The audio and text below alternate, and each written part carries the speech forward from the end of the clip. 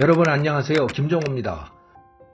정보의 홍수 속 정말 알아야 하고 꼭 공부해야 하는 경제 이야기, 그것을 들려드리고자 저와 함께하는 멤버십 경제스쿨을 론칭했습니다. 정보가 곧 돈입니다. 정보는 돈이 되죠.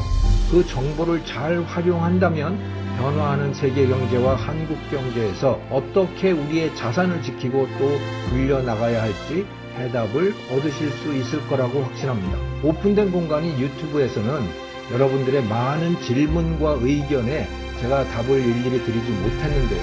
저와 함께 소통하는 유일한 이곳 김정호 교수와 함께하는 멤버십 경제스쿨에서 여러분들과 가까이 소통하고 또 단독으로 공개하는 컨텐츠를 통해 여러분들과 함께 하겠습니다.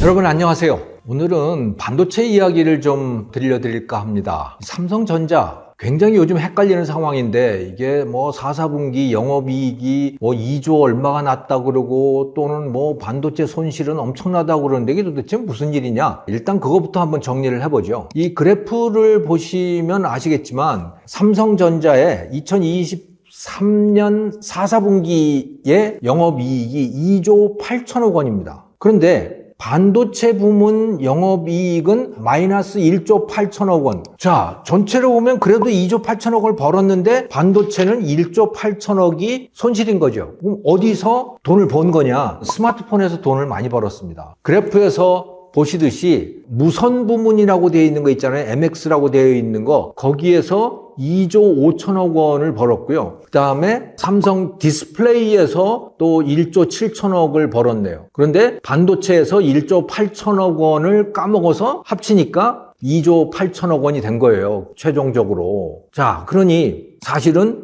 반도체가 삼성에 엄청난 부담이 된 거죠. 최소한 4분기는 보면 그렇다는 거예요. 그런데 우리 그거 다 알고 있지 않습니까? 삼성이 반도체로 돈 엄청 벌었다. 이거는 뭐냐? 무슨 얘기냐? 여기서는 왜 이렇게 1조 8천억이나 적자가 났는데 돈을 많이 벌었다는 얘기는 뭐냐? 이 그래프를 한번 보시면요. 이게 삼성전자의 전체 영업이익을 보여주는 거거든요. 여기서 2022년 1분기부터 막대 그래프의 그 짙은 색이 있잖아요. 2022년 1분기가 14조, 그 다음에 2분기가 14조 9천억, 그러다가 3분기에 10조, 4조, 0.6조 하다가 2023년 4분기에 2조 8천억이 된 거예요. 그러니까 2022년 초하고 비교를 해보면요. 엄청나게 줄어들었다는 것을 아실 수가 있습니다. 영업이익이. 이거 반도체 때문에 그런 거예요. 반도체 때문에 엄청나게 돈을 벌었다가 반도체 때문에 또 어마어마한 손실을 보고 있는 것이죠.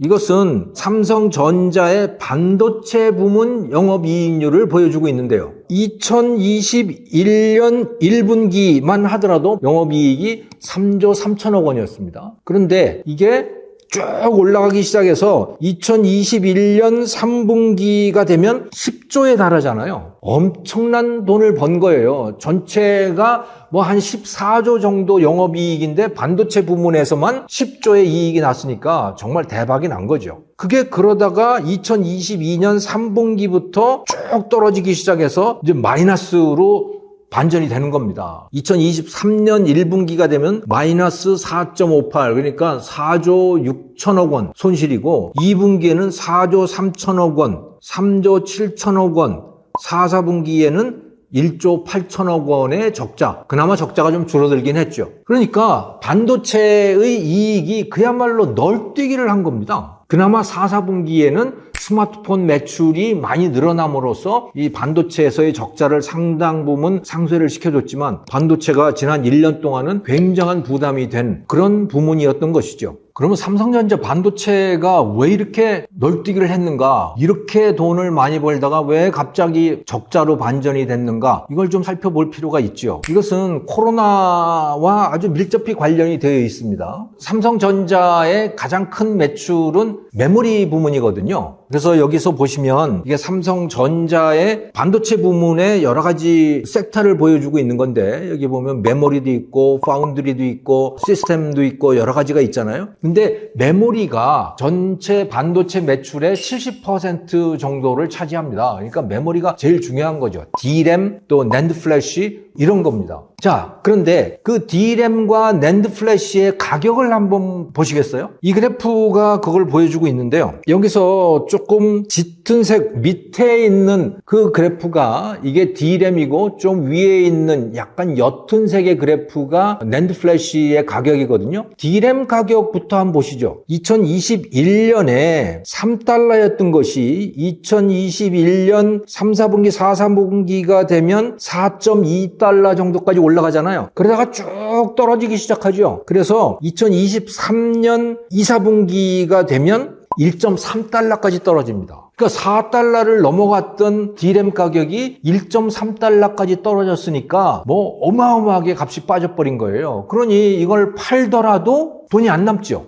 당연히 믿지 않는 장사를 할 수밖에 없는 상황인 거죠. 그래서 여기서 손실이 엄청나게 많이 났다 이렇게 보시면 되는 거예요. 그런데 그거는 또 다른 메모리의 형태인 낸드 플래시라고 하는 것도 거의 비슷한 패턴을 보이고 있잖아요. 그러니까 여기서 엄청난 손실을 보게 된 겁니다. 그런데 그럼 왜 이렇게 갑자기 올랐다가 추락을 했느냐? 이건 코로나하고 상당히 관련이 있습니다. 왜 이렇게 오르게 됐느냐? 이것은 코로나 때 한번 생각을 해보시죠, 여러분. 2020년 3월 그 무렵부터 완전히 세상이 얼어붙었잖아요. 코로나 때문에. 그래서 출근도 못하고 학교도 못 가고 다들 집에서 뭔가를 했어요. 재택근무하지, 먹는 것도 뭐 물건 사는 것도 다 배달시켜서 뭘 하지, 다 이렇게 됐잖아요. 그러다가 보니까 수요가 폭발적으로 늘어난 게 있었습니다. 그게 스마트폰이에요. 그게 PC예요. 그 이전까지 형편없는 수준을 썼던 사람들은 전부 좋은 걸로 업그레이드를 했던 거죠. 왜? 온라인으로 해야 되는 일들이 너무나 많아졌기 때문에 그랬던 겁니다. 자, 그러면 이렇게 PC와 스마트폰과 이런 것들이 많이 팔리면서 또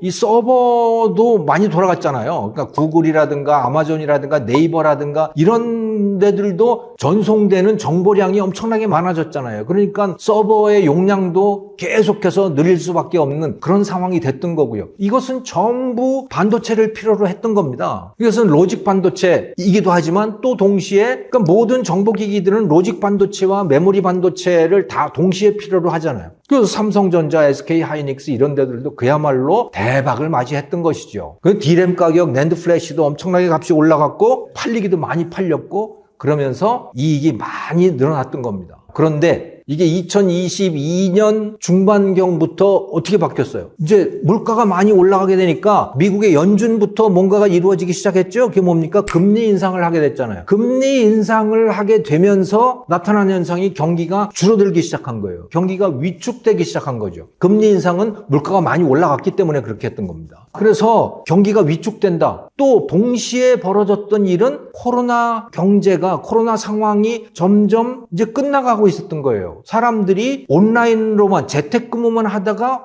이거 괜찮은 것 같네 하면서 점점 정상적으로 활동을 하기 시작했던 거죠. 그래서 식당도 가고 관광도 하고 뭐 차 타고 돌아도 다니고 이렇게 됐잖아요. 학교도 가고 이렇게 다 됐던 거죠. 자, 그렇게 되면서 코로나 특수를 누렸던 이 전자정보통신기기 그것에 기반이 되는 반도체 이런 것들에 대한 수요도 급격히 줄어들게 됐죠. 거기다가 플러스 뭐가 있었냐면 재고가 엄청나게 늘어났던 겁니다. 그동안에 생산이 많이 이루어졌죠. 소비도 많았지만 생산도 왕성하게 이루어졌던 이 반도체가 쌓이게 된 거예요. 그러다가 보니까 어떻게 됩니까? 값이 떨어질 수밖에 없는 거죠. 값이 폭락을 할 수밖에 없는 겁니다. 그런데 D램이라든가 이런 메모리 반도체는 폭락의 정도가 훨씬 더 커요. 왜냐? 이게 기성품들이거든요. 그러니까 로직 반도체들은 많은 경우에 기성품이 아니고 주문형 반도체가 많이 되어 있습니다. TSMC가 비즈니스가 매우 크다는 걸 여러분 잘 알고 계시잖아요. 그 TSMC의 비즈니스는 뭡니까? 주문형 반도체예요. 그래서 애플이라든가 퀄컴이라든가 AMD라든가 엔비디아 같은 데서 설계도를 가지고 와서 주문을 넣으면 그때 생산을 하는 방식이 바로 TSMC예요. 그러니까 여기는요, 주문형 반도체들은 경기가 줄어들게 되면 주문이 줄어들어서 생산도 줄어들게 되는 거죠. 그러니까 값의 하락도 그렇게 심각하지 않아요. 그런데 D램이라든가 낸드 플래시라든가 이런 거는 주문형이 아니잖아요. 그냥 생산 라인이 있는 거고 거기서 계속해서 돌아가면서 물건을 만들어내는 겁니다.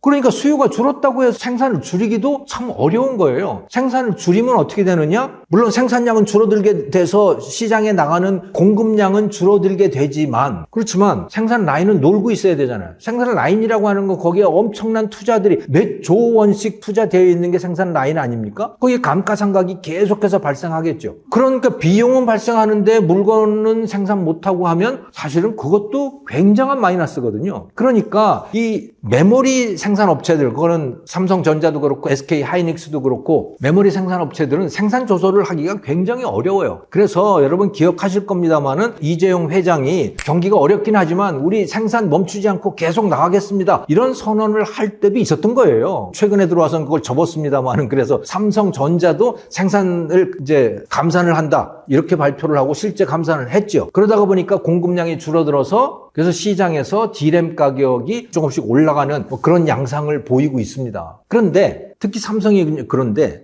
이거는 굉장히 자존심 상하는 일이고 감산을 한다는 건 그런 거예요. 그리고 그동안 써왔던 전략하고는 상당히 맞지를 않아요. 왜냐하면 한번 생각을 해보시면요, 2000년대 초반만 하더라도요 반도체 업체들이 수십 개가 있었던 겁니다. 그런데 지금은 메모리 반도체는 3개밖에 없잖아요. 실질적으로 삼성전자, SK 하이닉스, 마이크론, 이 3개밖에 안 남은 거예요. 그러면 나머지는 다 어떻게 된 거냐? 그 많던 메모리 반도체 생산 기업들은 다 문 닫은 거죠. 문을 닫은 겁니다. 어떤 과정을 거쳐서? 그게 치킨 게임이라고 불리는 거거든요. 자, 사람들은 이제 이렇게 돼가는 방향을 아는 거예요. 이게 점점 반도체가 정밀화될수록 투자 규모가 어마어마해지기 때문에, 그래서 결국 남는 건 몇 개 안 남는다. 궁극적으로는 하나밖에 남을 수가 없다. 지금 3개가 남아있지만 그것도 하나밖에 안 남는다는 걸 사람들이 아는 거예요. 1나노까지 가면 아마도 하나만 남게 될 것이다. 그런 과정을 쭉 거쳐왔던 거죠. 자, 그러면 경쟁이 어떤 경쟁이 됩니까? 누군가는 문을 닫아야 되는 거예요. 근데 아무도 만약에 문을 안 닫는다 그렇게 되면 어떻게 되는 거죠? 망하는 거죠. 각자가 다 어마어마한 투자를 했다가 그 시장이 그걸 흡수할 수는 없는 거예요. 그럼 누군가는 망하게 되는 거 아니겠어요? 그러니까 치킨 게임이 이루어지게 되는 겁니다. 누가 먼저 문 닫을래? 라는 게임이 이루어지게 되는 거예요. 그런데 기가 막히게도 삼성전자는 그걸 안 한 거예요. 문을 안 닫고 끝까지 버틴 겁니다.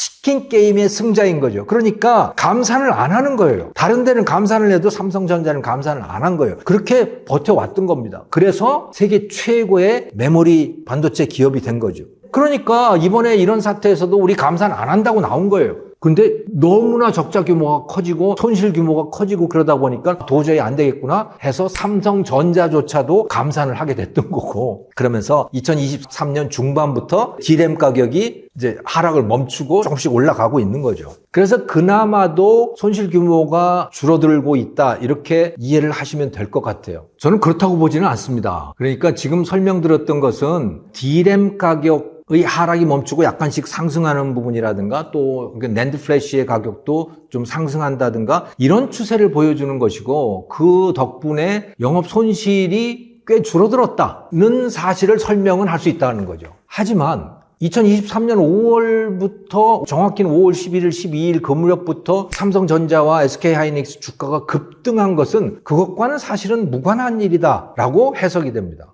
그런데 이것은 사실은 D램 가격이나 낸드 플래시하고 사실 크게 관련이 있는 게 아니고, 특히 SK 하이닉스 주가가 이렇게 급등하는 것은요, 그것과 무관한 일이다.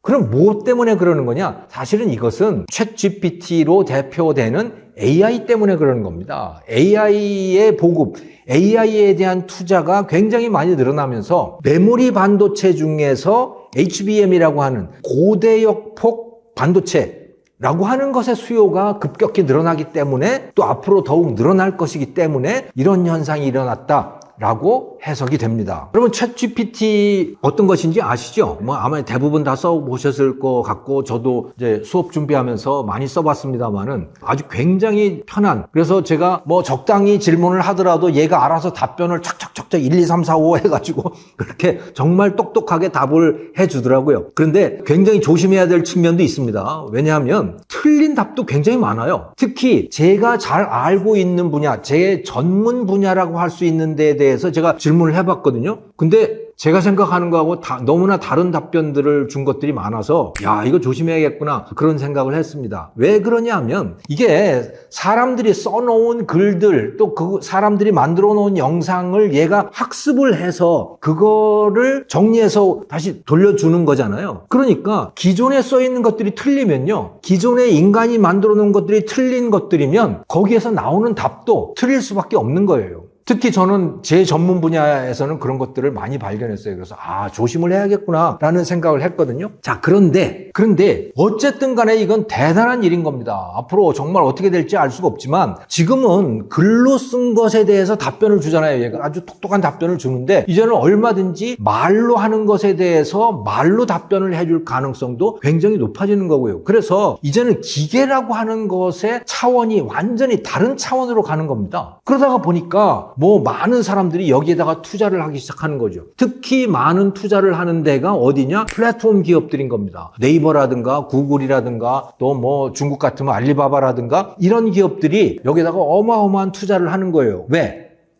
쇼핑을 할 때 AI가 이제 그 답변을 다 해주는 겁니다. 말로 물어보면 추천도 AI가 해주는 거고 그 내 취향도 지가 알아서 해석해서 추천도 해주는 거고 이렇게 되는 세상이 되어가고 있잖아요. 그러다 보니 여기에 투자를 많이 하게 되는데 그 투자의 핵심이 바로 반도체인 거죠. 반도체 중에서도 특히 GPU, 이 로직 반도체가 크게 보면 이 CPU라고 하는 게 있잖아요. 인텔이 잘 만드는 거. 인텔의 전문인 CPU라고 하는 게 있고 이거는 직렬 연산 처리를 하는 것이죠. 근데 GPU라고 하는 거는 우리가 원래 게임할 때 많이 쓰는 것들이었어요. 그래서 논리적인 연산을 한다기보다는 아주 단순한 같은 처리를 여러 군데서 동시에 하는 그런 방식인 겁니다. 저도 정확히 알지는 못하지만 아무튼 직렬 처리가 CPU라고 하면 병렬 처리는 똑똑하지는 않은데 굉장히 부지런하고 빨리 뭔가를 동시에 처리하는 그런 반도체가 GPU라고 보시면 될 것 같아요. 자, 그런데 이 AI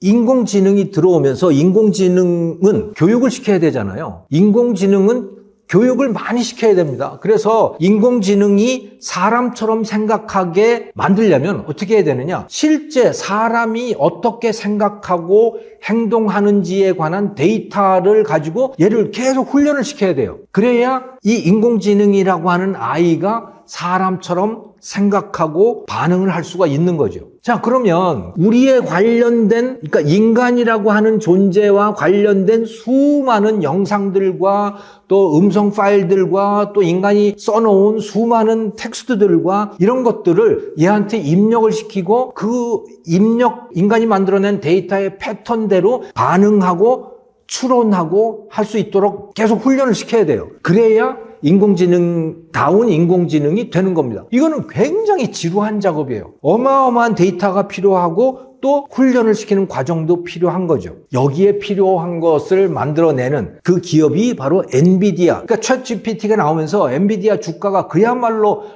수직 상승을 했잖아요. 그 엔비디아의 시총이 1조 달러를 넘었어요. 어마어마한 기업이 된 겁니다. 거의 애플에 육박할 정도, 그 정도가 된 겁니다. 그 반도체 하나 파는 그거 가지고. 왜냐하면 인공지능 때문에. 그런데 그 엔비디아의 GPU가 제대로 작동을 하기 위해서는 메모리 반도체도 필요한 거예요. 그 메모리 반도체인데 여기에 들어가는 데이터들이 굉장히 많다 그랬잖아요. 그러면 이 학습하는 속도도 굉장히 많고 학습을 해서 뱉어내는 데이터도 굉장히 많은 겁니다. 그것을 빨리빨리 처리를 해줘야 되는 거죠. 그것을 처리하는데 최적화된 것이 HBM이라고 하는 메모리 반도체인 겁니다. 이것은 그러니까 우리가 기존에 쓰던 메모리들은 DRAM이라고 하는 것과 NAND 플래시라고 하는 것이잖아요. 근데 이 DRAM을 수직으로 쌓아 올려서 만들어 놓은 반도체가 이 HBM이래요. 그래서 굉장히 많은 데이터를 동시에 처리할 수 있는, 동시에 전송하고 전송을 받을 수 있는 그런 반도체랍니다. 이 HBM이라고 하는 것이. 네. 그래서 가장 고급 DRAM보다 고대역폭 이 반도체는 전송 속도가 64배가 된다든가 아무튼